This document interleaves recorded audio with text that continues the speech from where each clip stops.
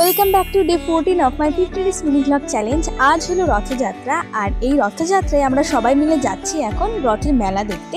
তবে যেতে যেতে আমাদের অনেকটাই লেট হয়ে গেছে, প্রায় সন্ধে হয়ে গেছে। আর আজকে তো ভিড়টা দেখতেই পারছো, ভীষণ ভিড় ছিল, আর সাথে ছিল বিভৎস গরম। তবে আমাদের মদনমোহন কিন্তু অনেকক্ষণ আগেই চলে এসেছে মাসির বাড়িতে। তবে আসার পরে আমরা রথটা যদিও দেখতে পেয়েছি, তবে মদনমোহনকে আর দেখতে পাইনি। সেখানে ছিল একটা ছোট্ট গোপাল, তো সেটাই দর্শন করে আমরা এখন যাচ্ছি মায়ের মুখ দর্শন করতে। আর আজকে এতই ভিড় ছিল যে ঠেলে ঠুলে যা পেরেছি ওইটুকুই ভিডিও বানাতে পেরেছি। তবে আজকে লেট করে আসাতে এই বড় রথ আর টানতে পারিনি, যদিও বাইরে একটা ছোট রথ ছিল সেটা একটু টানতে পেরেছি। আর এখন মায়ের মুখ দর্শনের পর কিন্তু প্রসাদও পেয়েছিলাম, তো প্রসাদটা খেয়ে এখন আমরা যাচ্ছি মেলা দেখতে।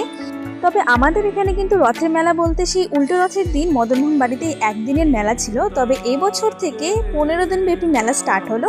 আর সেই জন্যই আমার মনে হচ্ছে এত ভিড় ছিল আজকে।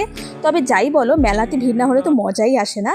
তবে এটাকে কিন্তু ছোট মেলা বললে ভুল হবে, কারণ এখানে অনেকগুলো রাইড, সাথে অনেকগুলো দোকান, খাবারের দোকান সবই ছিল। আর এখানে তো বেচারি 10 টাকার টিকিট কেটে কিছুই পেলো না। তো যাই হোক, ঘুরে ঠুরে আমরা বাড়ি চলে এসেছি। আর আজকে তো জিলিপি খেতেই হয়, তো সেটা খেয়ে আসার সময় নিয়ে এসেছিলাম ধোসা, তো সেটাও খেলাম। এটা মোটামুটি ছিল খেতে। তো এই ছিল আজকের এই ব্লগে। এরকম আরও ব্লগস দেখতে হলে subscribe to my channel. By.